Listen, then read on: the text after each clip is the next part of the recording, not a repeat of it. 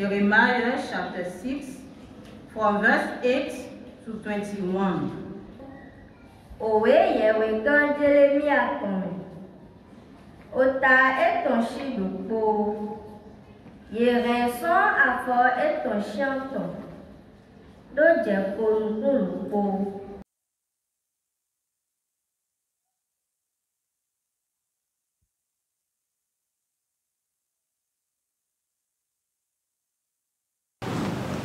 Jésus-Christ, au nom de Jésus-Christ le Sauveur. Roi éternel.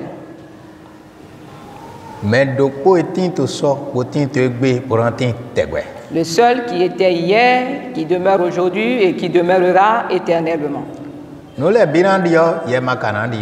Toutes choses changeront, mais toi tu ne changeras jamais. Car tu demeures le même pour toujours.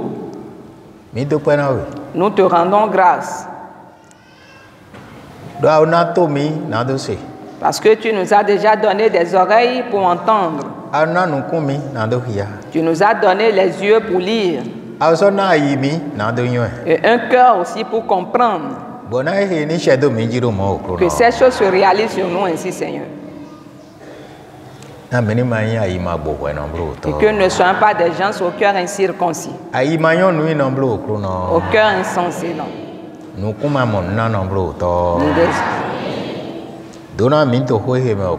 Bénis-nous à travers cette parole.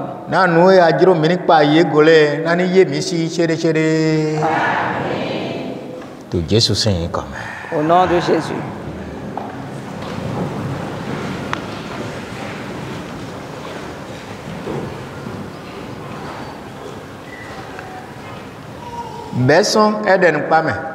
Depuis le jardin d'Éden,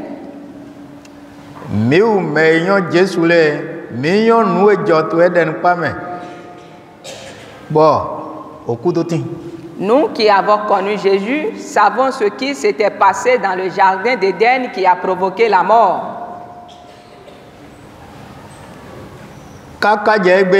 Et jusqu'aujourd'hui, le blanc lutte contre la mort, le noir aussi, mais personne n'a pu remporter. Nul n'a eu la force pour dompter la mort. Et aucune personne n'a eu la force pour dompter la maladie. Parce que face à la colère de Dieu, la chair ne peut pas résister. Et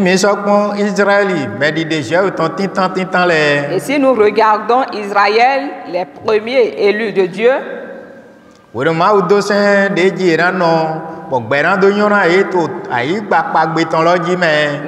Dieu leur a donné les lois qui constituaient le code de vie sur la terre promise, il leur a dit lorsqu'ils seront en train de marcher selon ses ordonnances, il les bénira. Et l'ennemi ne dominera pas sur eux. Ni la maladie. Et ils seront son peuple.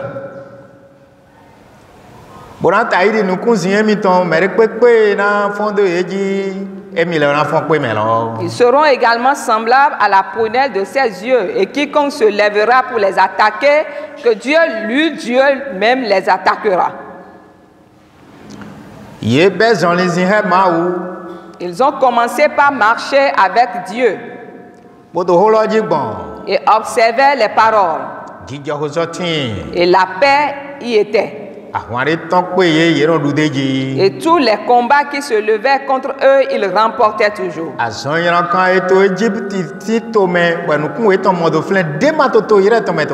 Et les maladies dont l'Égypte était frappée sur leurs yeux, ces maladies n'étaient pas dans leur pays en ce moment-là. Pourquoi? Parce qu'ils savaient les choses que Dieu a en horreur et ils se détournaient de ces choses. Et l'Éternel Dieu déversait sa bénédiction sur eux. Et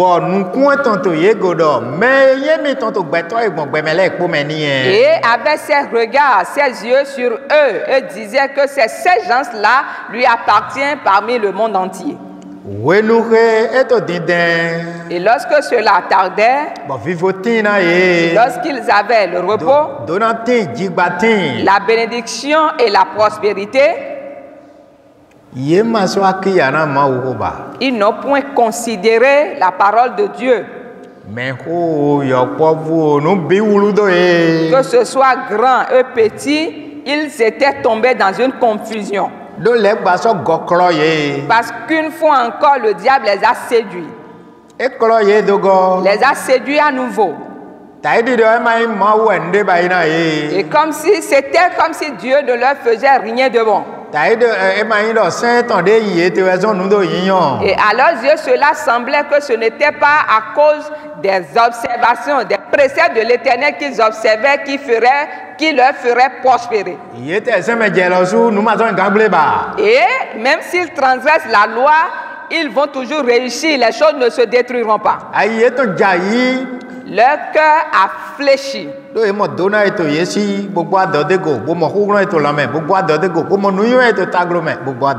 Parce qu'ils ont considéré la bénédiction qu'ils avaient, la force qu'ils avaient dans le corps et la connaissance, et se sont confiés en ces choses.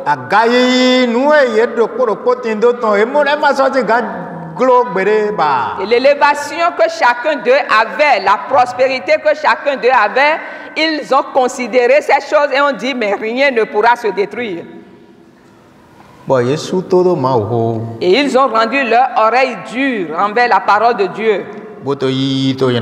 Et ils allaient dans le péché. Et Dieu a choisi Jérémie. Et a chargé Jérémie de les exhorter. Qui les exhorte et les reprennent. Parce que lui, Dieu veut les délaisser. Qu'il veut les délaisser. Et s'il les délaissait, ils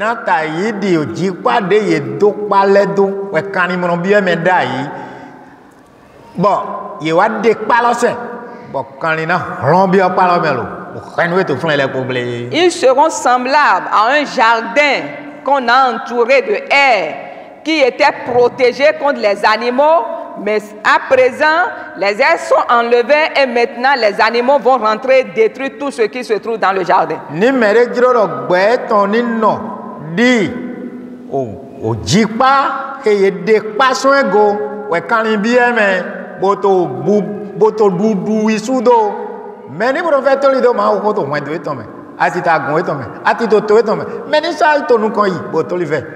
Si quelqu'un veut être semblable à ce jardin dépourvu de sa clôture, dans lequel les animaux rentreront et détruiront tout ce qui se trouve là, que celui-là continue de s'entêter ou bien décide de s'entêter contre la parole de l'Éternel.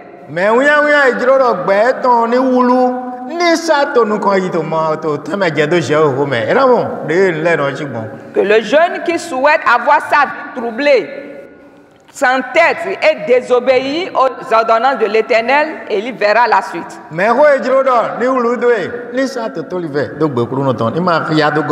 Que le grand, l'âgé qui veut que sa vie soit détruite, qu'il s'entête contre la parole de Dieu, qu'il ne considère plus la parole de Dieu et il verra la suite.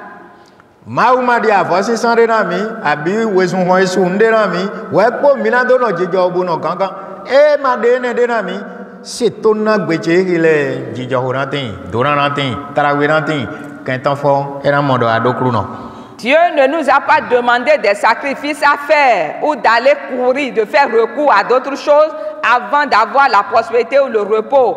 Obéis donc au commandement de l'Éternel, la bénédiction viendra et le bonheur également sera au rendez-vous.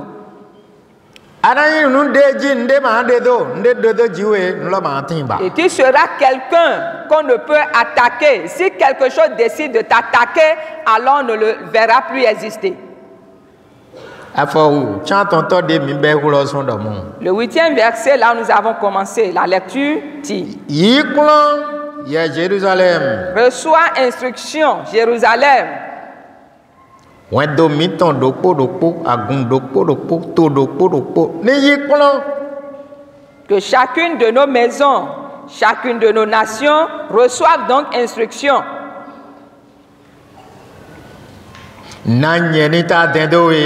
De peur que je ne me loigne de toi. Celui qui veut que Dieu se loigne de lui, que celui-là ne considère pas les lois de l'Éternel. Que celui-là soit à l'aise et mène les démarches qui lui plaisent. Et il saura ce qu'on appelle Dieu s'est éloigné de l'homme. Et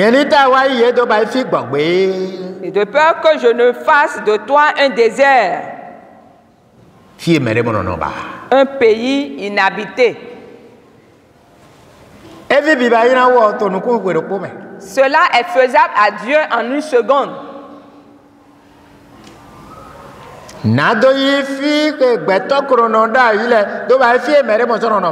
De faire d'un pays ou d'un lieu habité inhabitable. Où est-ce que tu dis mais que tu Jérusalem tu venez nous les taïdi mais tu gbeme non tu gbele pora mini yiklo. C'est pour cela qu'il s'adressait aux habitants de Jérusalem comme s'il s'adressait à tous les habitants de la terre de recevoir instruction. De peur qu'il ne s'éloigne de nous.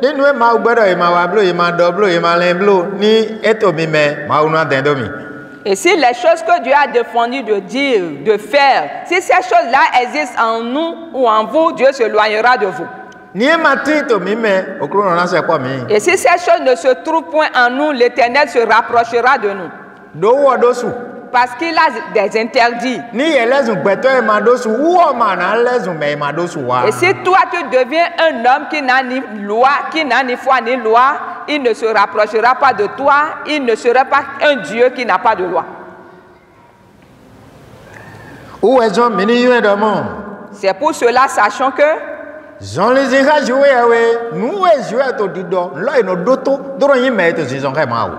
la marche avec Dieu, c'est écouter ce que Dieu dit. C'est ce qui signifie qu'on est en train de marcher avec lui.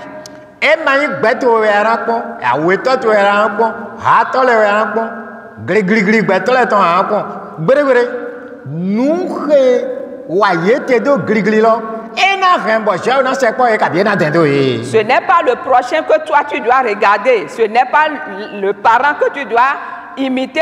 Ce n'est pas la masse, ce que fait la masse que toi tu vas imiter. Ce qu'ils sont en train de faire, est-ce que cela leur fera rapprocher Dieu? Et si Dieu se loigne de l'homme, quelle va être la vie de celui-là?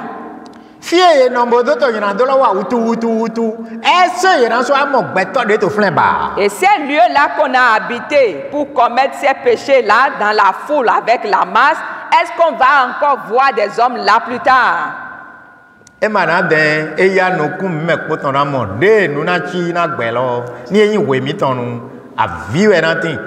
Cela ne prendra pas du temps. Dans peu de temps, nous verrons ce qui arrivera, la suite ou le sort du monde, si cela va être de notre temps. Et c'est les pleurs qui viendront. Et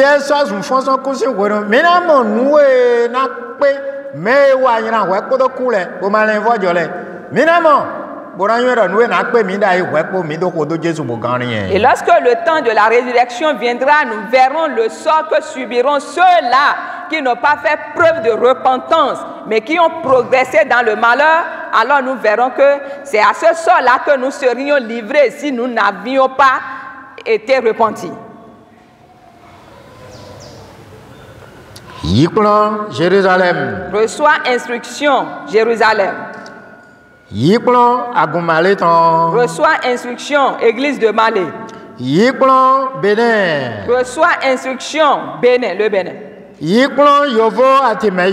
Recevez instruction, blanc et noir. Que tous les chefs reçoivent instruction. Et que les simples personnes reçoivent instruction. De peur que je ne me loigne de vous, dit l'Éternel.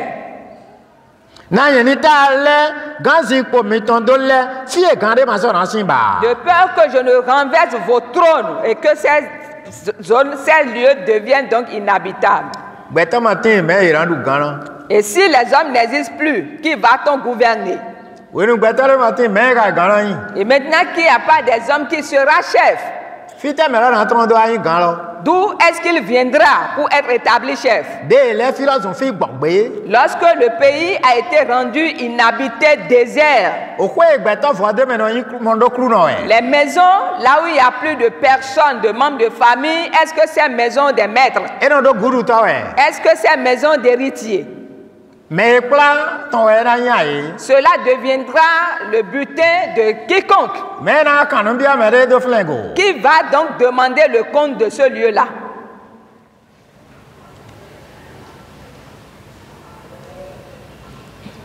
yiklo pasi nu re mi me ko e dona bioto me na mi bo bia i me na mi bo mi na e klo ma uton Reçois instruction. Cette phrase doit frapper l'oreille de chacun et pénétrer le cœur de chacun afin que nous puissions nous attacher au commandement de l'Éternel. e te to ara yiklo Pourquoi donc vas-tu recevoir instruction? ma gba den do e De peur que je ne m'éloigne de toi, o e kro no ra dit le Seigneur. ma gba yi fi anono do ba fi gbogbe De peur que je ne rende ton lieu inhabité, un pays inhabité. o toto we na le du fi gbogbe De peur que je ne fasse de ton pays un pays désert. iye pon de gbeto suro bo pon de àwọn fun to po àwọn funu le ko tindo ye gan do no e me gan ka mi le ofo la lo po won Si l'on considère la masse, la foule, l'armée, les armes que nous avons, on peut déjà contester cette parole et dire non, rien de pareil ne pourra arriver. body ai hun ni ejo me do pon le iramodo o lo che Et comme un sujet d'amusement, si Dieu délaisse, si Dieu abandonne, on verra que la parole s'est accomplie. ni e ma karan mo Et pour qu'il n'en soit pas ainsi, ko do ko ni ko ko vie jile po que chaque famille reçoive donc instruction et leurs enfants aussi. to do ko ni ko Que chaque nation reçoive instruction po gan e to le po et leur chef aussi. agun do ko ni ko Que chaque église reçoive instruction, nyon do ko ni ko bo e ko go que chaque femme reçoive instruction et la garde, aye ta jo mi do de peur que je ne vous abandonne. verset 8 ni ma on do mere gbere bro Que ce verset 8 ne soit oublié de personne. lewa kru no àwọn fun to le ton do ri Ainsi parle l'Éternel des armées.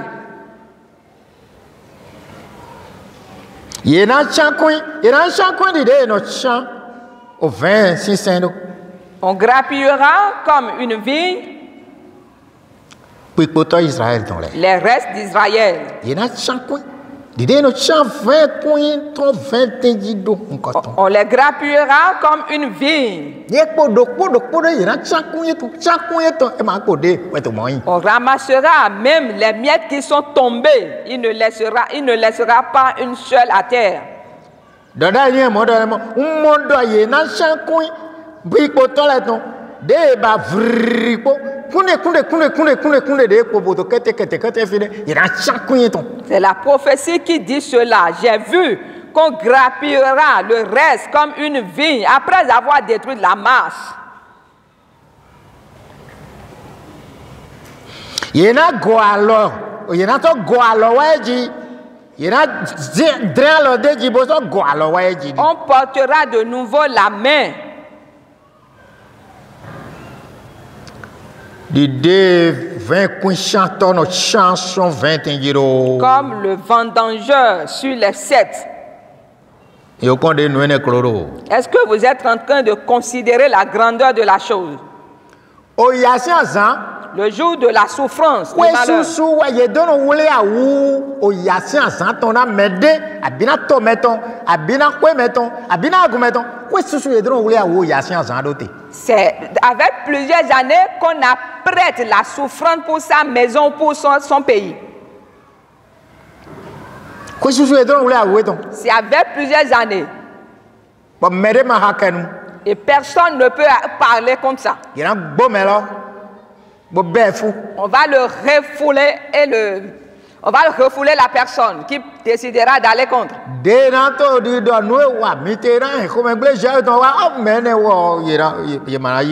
Celui qui sera en train de dire ce que vous êtes en train de faire va attirer la colère de Dieu. On ne l'écoutera pas.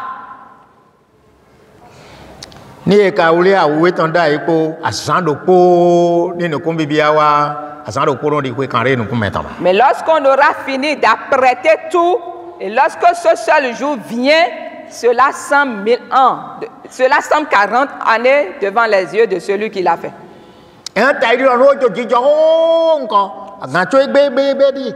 Cela va sembler comme une situation qui a déjà duré, mais c'est aujourd'hui que cela a commencé. La souffrance n'est pas supportable. Mais la désobéissance à la voix de l'Éternel la prête en attente.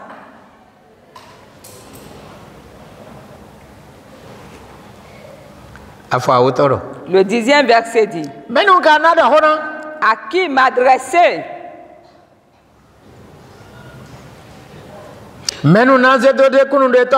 Et qui prennent à témoin pour qu'ils écoutent, pour qu'ils reçoivent. À qui m'adresser? Dit le Seigneur. Et qui prennent à témoin pour qu'on écoute.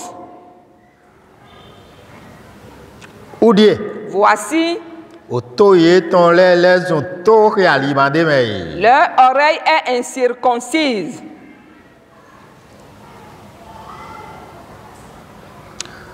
Et ils sont incapables d'être attentifs.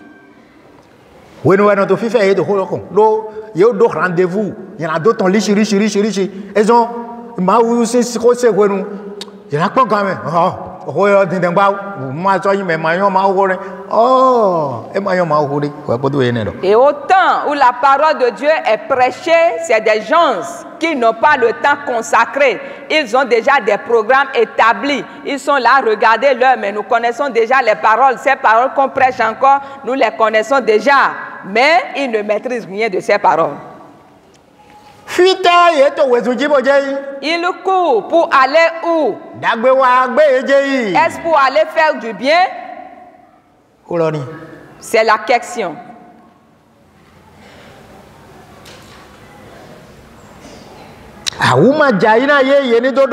Ils sont incapables d'être attentifs.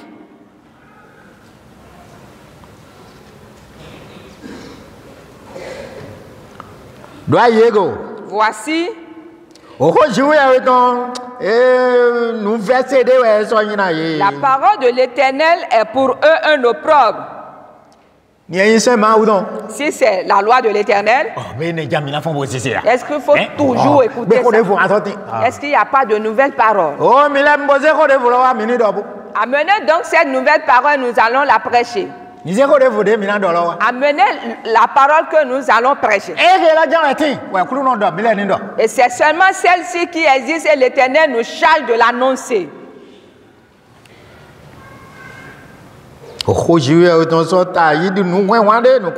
La parole de l'Éternel est pour eux un opprobre. Cela n'est plus agréable à entendre. Est-ce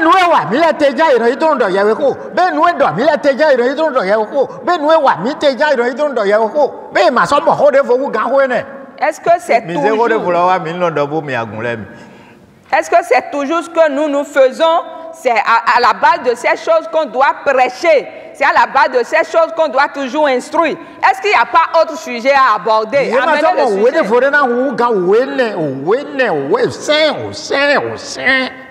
Est-ce qu'ils n'ont pas d'autres livres à lire ou étudier pour nous? Ils n'ont pas d'autres livres que les livres des lois, les préceptes.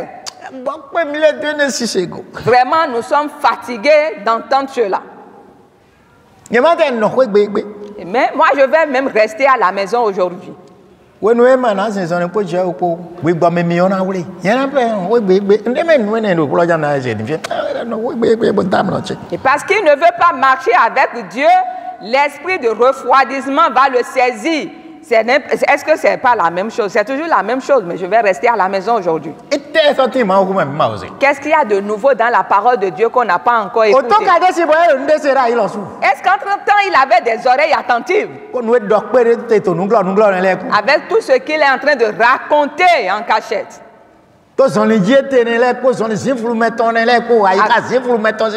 Avec ses conduites, ses pratiques de ténèbres. Qu'est-ce qu'il entendait avant?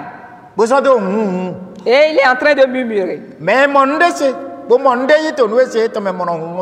Celui qui écoute et qui reçoit, qui gagne quelque chose dans ce qu'il écoute, ne murmure pas contre la parole de Dieu.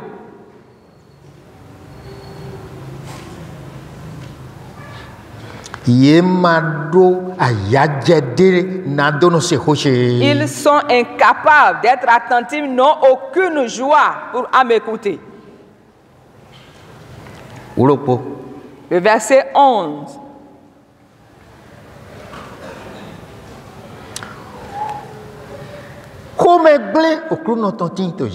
Je suis plein de la fureur de l'Éternel. Et je ne puis la contenir.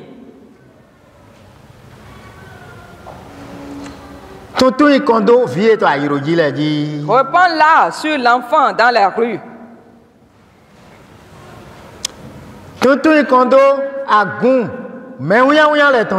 Reprends-la sur les assemblées des jeunes gens.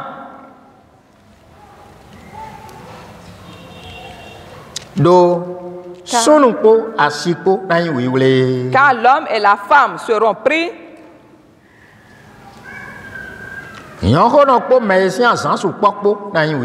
Le vieillard est celui qui est chargé de jour.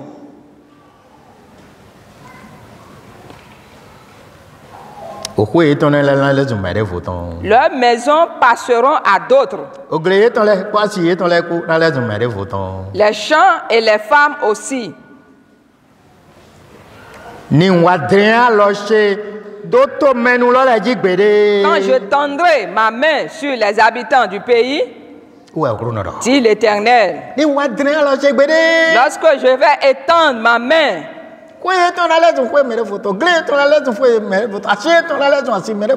leur maison passera à d'autres, leur femme passera à d'autres. Lorsque je vais tendre ma main,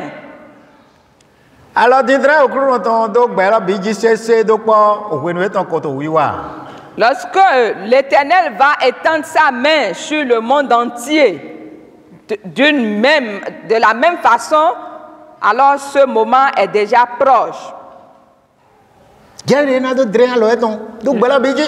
Le temps pour qu'il puisse étendre sa main sur le monde entier.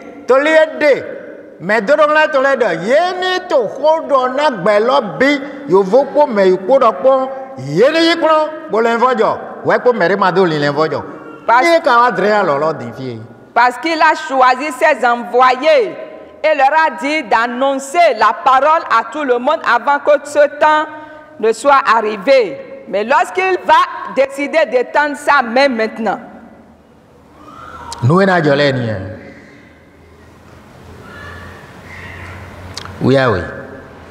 le verset 12.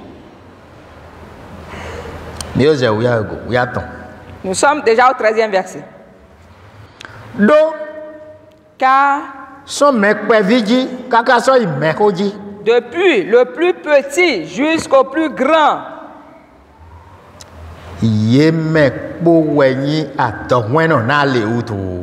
tous sont avides de gain.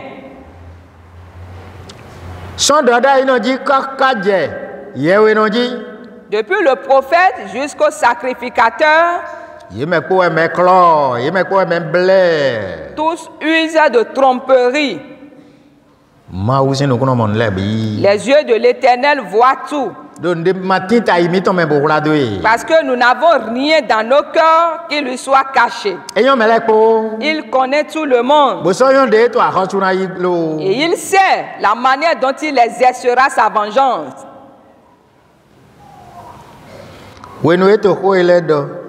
Jérusalem,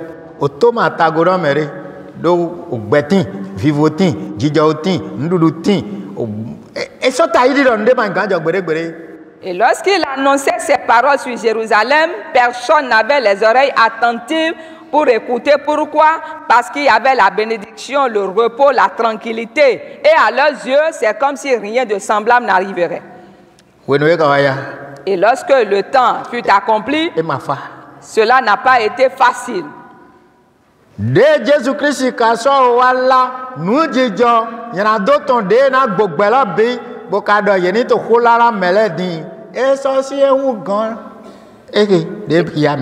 qui et maintenant que Jésus-Christ est venu et a publié le sort qui sera réservé au monde, aux pécheurs, cela va être encore plus difficile que le cas de ceux-ci.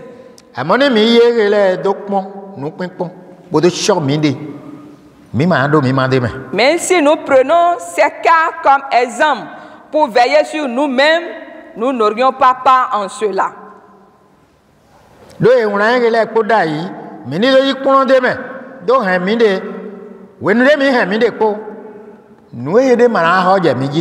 Parce que toutes ces choses sont écrites pour que nous puissions tirer des leçons, pour veiller sur ces leçons que nous avons tirées, pour ne pas subir la même situation ou le même châtiment.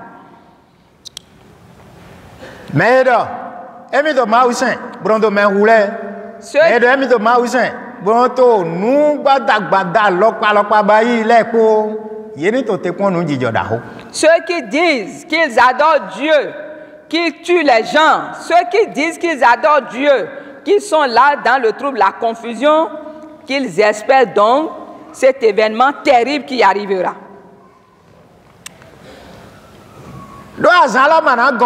Jésus-Christ n'a rien.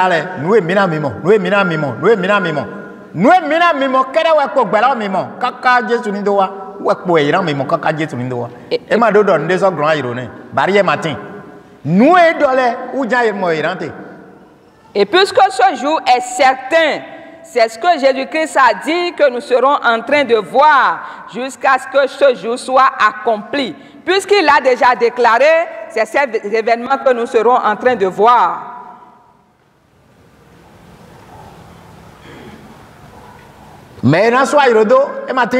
Il n'y a pas quelqu'un qui pourra empêcher cela.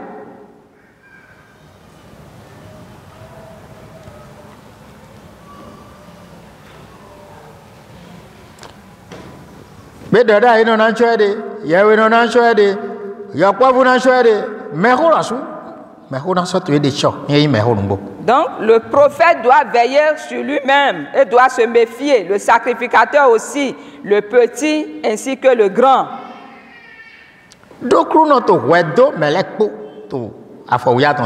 Parce qu'au 13e verset, Dieu est en train de contester avec les gens.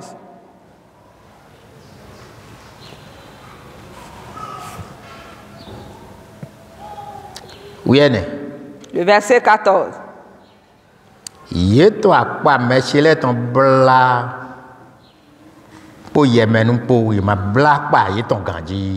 pense à la légère la plaie de mes gens, de mon peuple.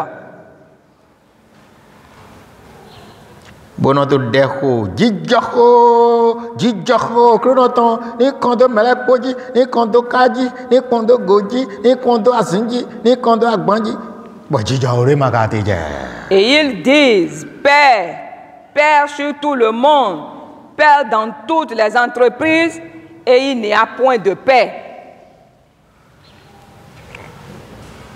Surtout ni il est marqué de paix,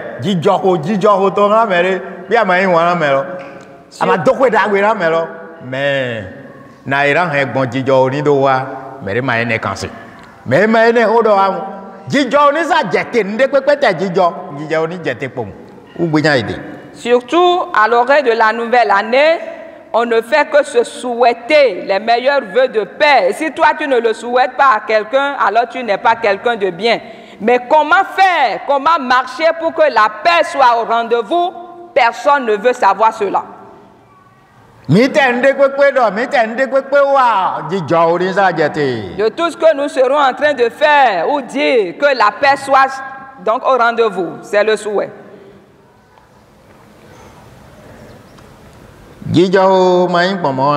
La paix ne descend pas comme ça. Et il faut donc travailler avec Dieu pour que la paix puisse donc descendre. Ce n'est pas un cadeau qui est donné à tout le monde. Et ceux à qui cela est destiné, seuls le reçoivent.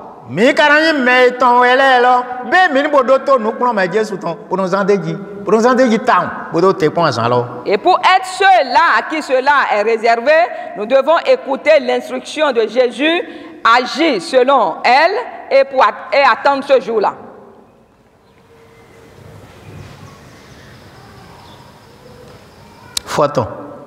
Le verset 15.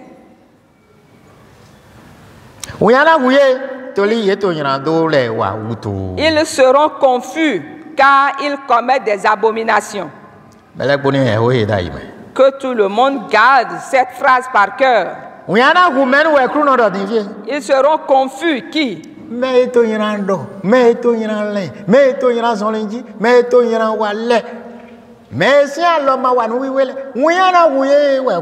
Ceux qui commettent des abominations, qui racontent des choses, qui ne reçoivent pas l'approbation, qui marchent, qui n'ont pas des marches conformes, ceux-là seront confus, a dit le Seigneur.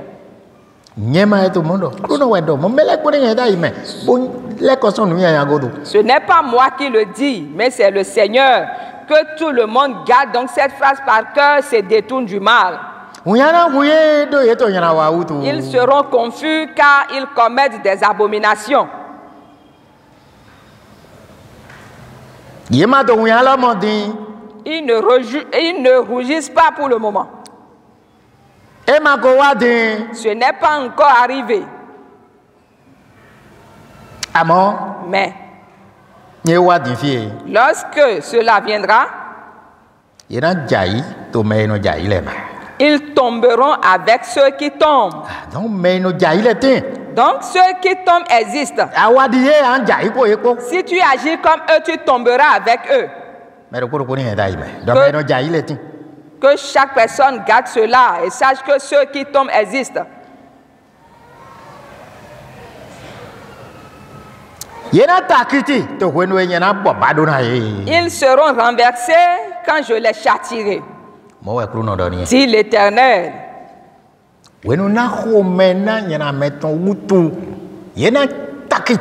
Lorsque je châtierai pour les péchés, ils seront renversés.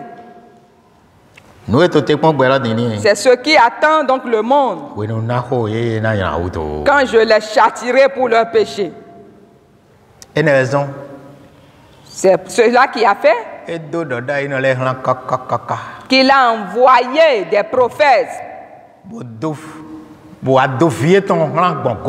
Et après a envoyé son fils. Et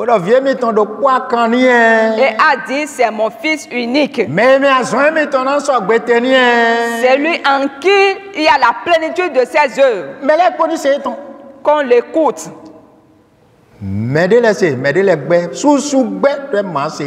Certains ont écouté, mais d'autres ont refusé de l'écouter.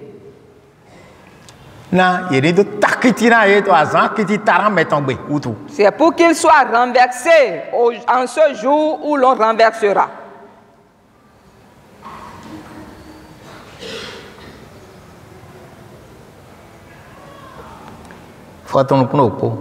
Le verset 16.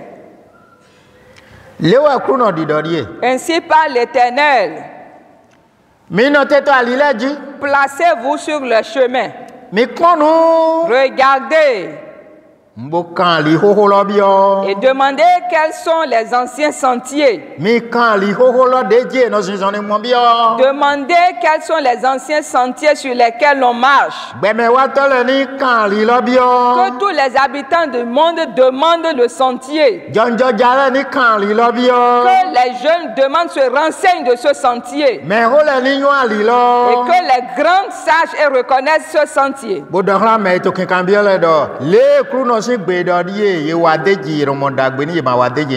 Et qu'ils disent à ceux qui demandent le chemin, ainsi par l'Éternel. Quand on agit selon son ordonnance, on trouve le bonheur. Mais quand on n'agit pas selon sa voie, on trouve le malheur.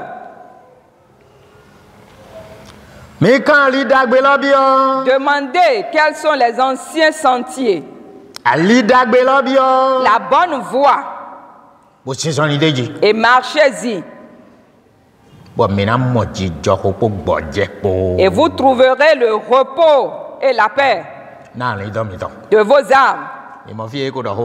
Voyez-vous, là il est en train de s'adresser de vos âmes. Mais ils répondent, nous n'y marcherons pas. Ça, c'est le temps d'autrefois. Mais notre temps, les choses sont différentes. Il y a déjà eu un changement. Il y a déjà eu la civilisation.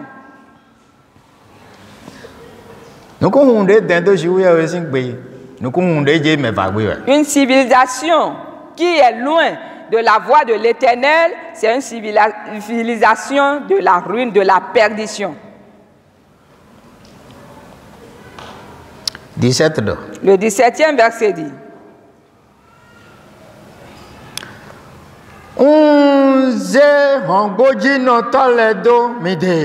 J'ai mis près de vous des sentinelles.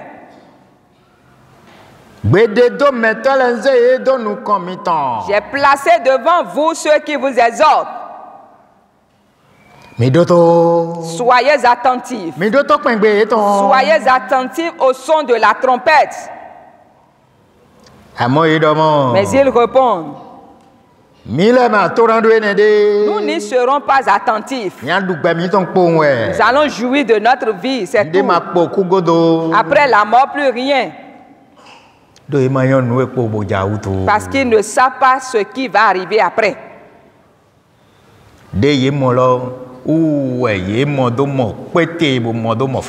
se sont contentés de ce qu'ils ont eu comme si c'est la finale. Alors que les choses restent, les choses qui sont plus difficiles. C'est pour cela que j'ai placé près de vous des sentinelles. Soyez attentifs au son de leur trompette.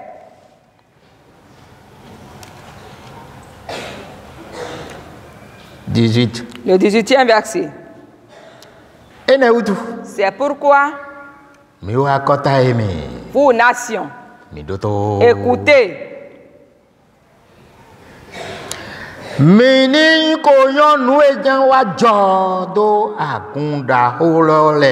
Sachez ce qui leur arrivera, ce qui arrivera sur la grande assemblée.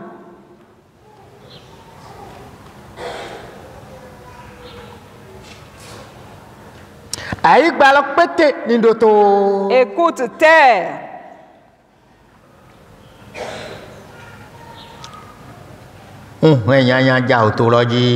Je fais venir sur ce peuple le malheur. Je fais venir sur le peuple le malheur. Fruit de ses pensées. Le fruit de leurs pensées.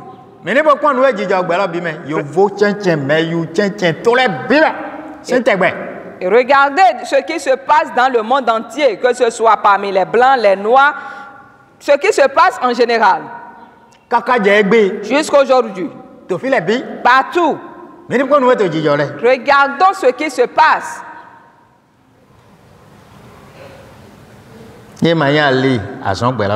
Si ce n'est pas le fruit des pensées des habitants du monde.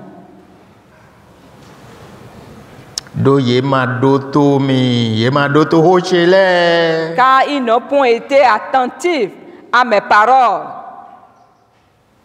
Ils ont méprisé ma loi. Et se sont établis. Ils ont fait des lois, établi des lois qui sont contraires pour eux-mêmes. On ne parle pas de la loi de l'Éternel à leurs oreilles. Parce qu'ils ont leur propre loi par lesquelles ils ont changé la loi de l'Éternel. Et ces lois, c'est rien que des lois de souffrance. Ils ont méprisé ma loi.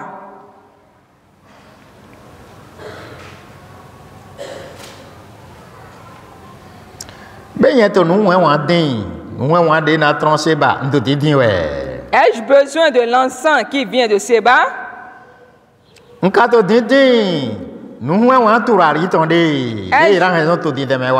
Ai-je besoin du roseau aromatique d'un pays lointain?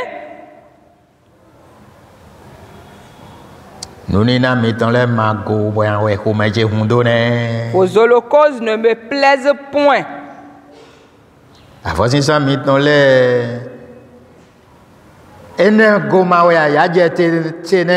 Et vos sacrifices ne me sont point agréables. C'est pourquoi ainsi parle l'Éternel.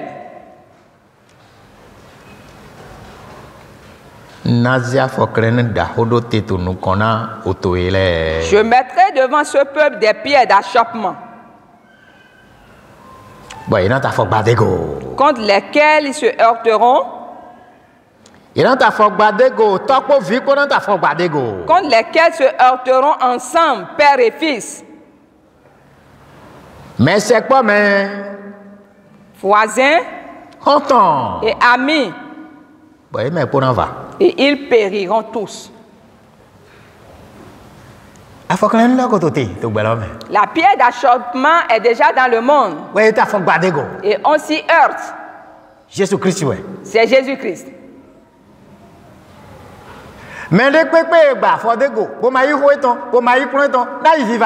Et quiconque s'y heurte et ne reçoit pas son instruction ou sa parole ira à la perdition.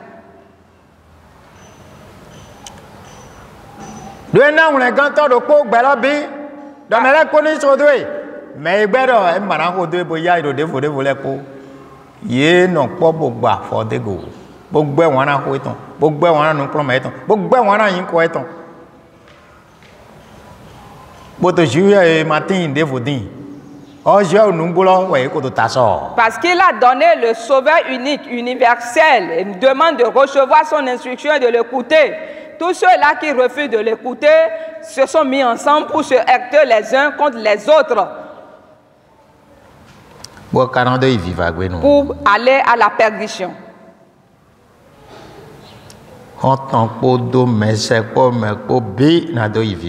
Voisins et amis périront.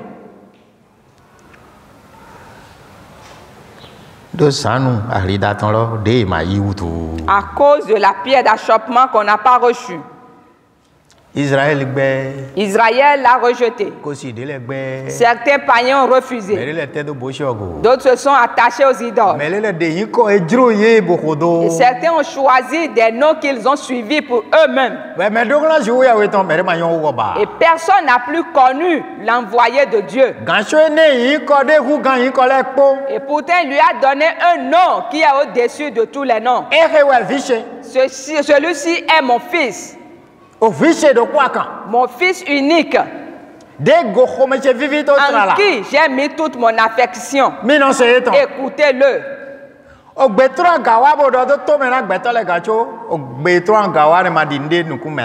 voix est descendue du ciel, a retenti dans les oreilles des gens, et pourtant ils n'ont pas considéré cette voix. Lorsque le Seigneur parlait de ses prophéties, et parce qu'ils n'ont pas été attentifs à sa parole, parce qu'ils n'ont pas agi selon la parole, en ce moment-là, ils ne souffraient d'aucun mal. Et c'est comme si ces prophéties ne se réaliseront pas. Nous sommes en train de prier. Nous prions. Jusqu'à ce que, parce qu'il n'y a pas la repentance, et toutes les paroles qui ont été prophétisées ont commencé par s'accomplir. Et se sont accomplies. De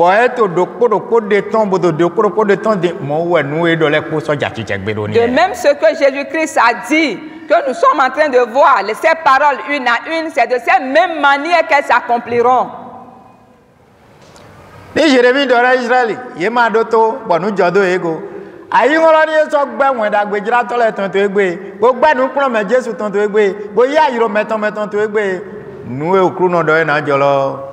Bon, il y a ton tinton. Où j'en viens mambi. Si Jérémie a prophétisé ces paroles qu'ils n'ont pas tenu compte, les enfants d'Israël n'ont pas prêté attention, ils n'ont pas été attentifs jusqu'à ce que le malheur est descendu.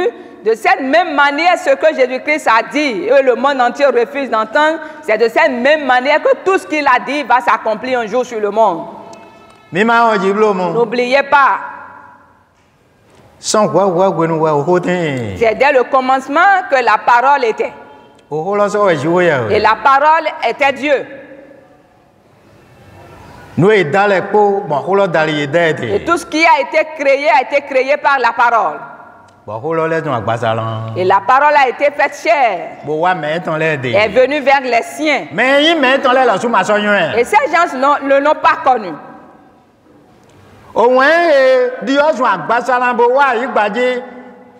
Et ce message a été transformé en la chair et est venu dans le monde. Jésus-Christ est dans le fil, les pauvres,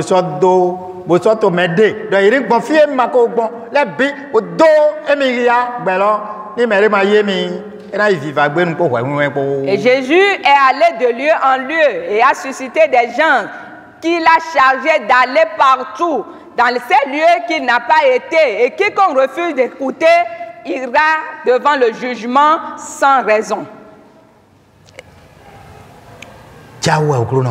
L'Éternel est merveilleux. La parole par laquelle le monde a été fondé a été faite chair et est venue dans le monde. Et est venue vers les siens qu'il a créés. Et ils ne l'ont pas connu. Et à ceux qui l'ont connu, et qui ont cru en son nom, il leur a donné le pouvoir de devenir enfants de Dieu. Et quiconque reçoit la parole trouve la force pour devenir enfant de Dieu. Si nous gardons la parole, si vous gardez la parole, nous deviendrons tous enfants de Dieu. La parole a la puissance qui transforme une personne ainsi. Et nous serons tels. Et nous demeurerons tels.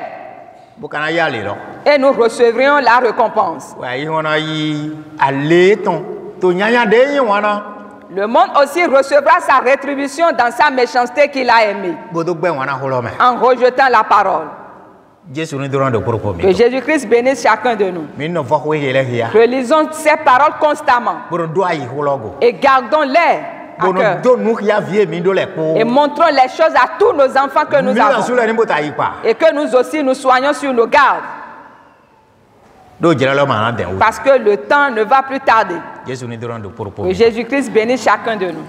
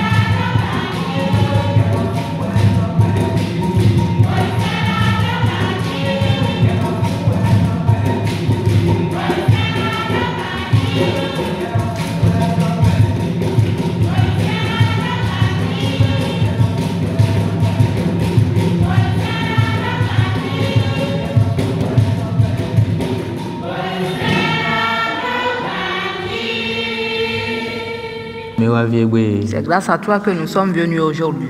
Nous sommes venus dans la santé. Au nom de Jésus. Que la santé nous raccompagne. Que la paix nous raccompagne.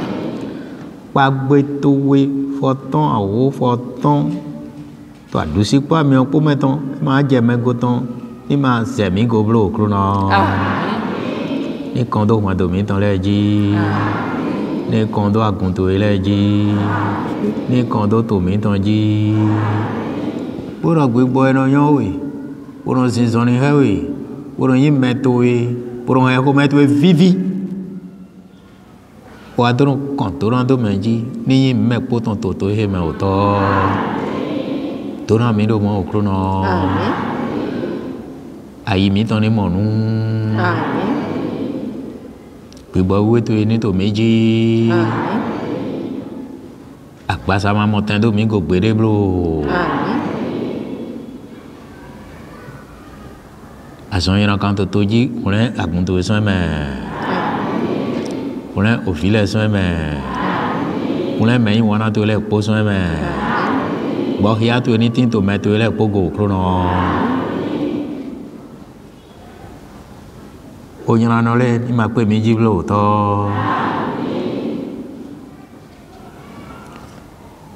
pa ki goran yin ko to eto do poropo mi ton le je okru no amen ati to fi mi ton le je okru no amen na taragberi no kon na e me po amen nu e kan to lile lebi ni le sun tata to fi le po amen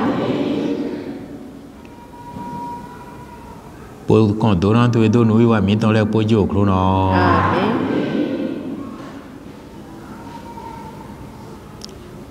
quand les pas mi ton le poji okru no oglaison mi ton le poji okru no amen alors nous on mi ton le poji okru no amen akoizon mi ton le poji okru no amen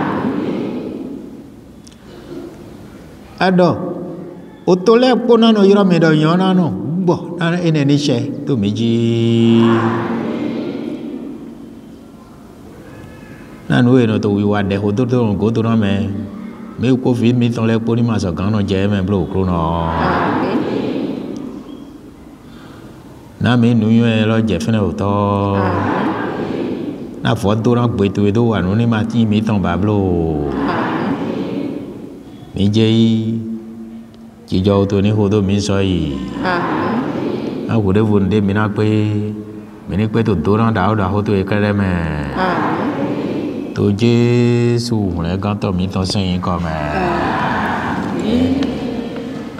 Hallelujah Hallelujah Hallelujah Hallelujah Hallelujah nípa gígóná Jésù Kristi ó wọ́n tọ́ mi tán dín tó lọ́mọ.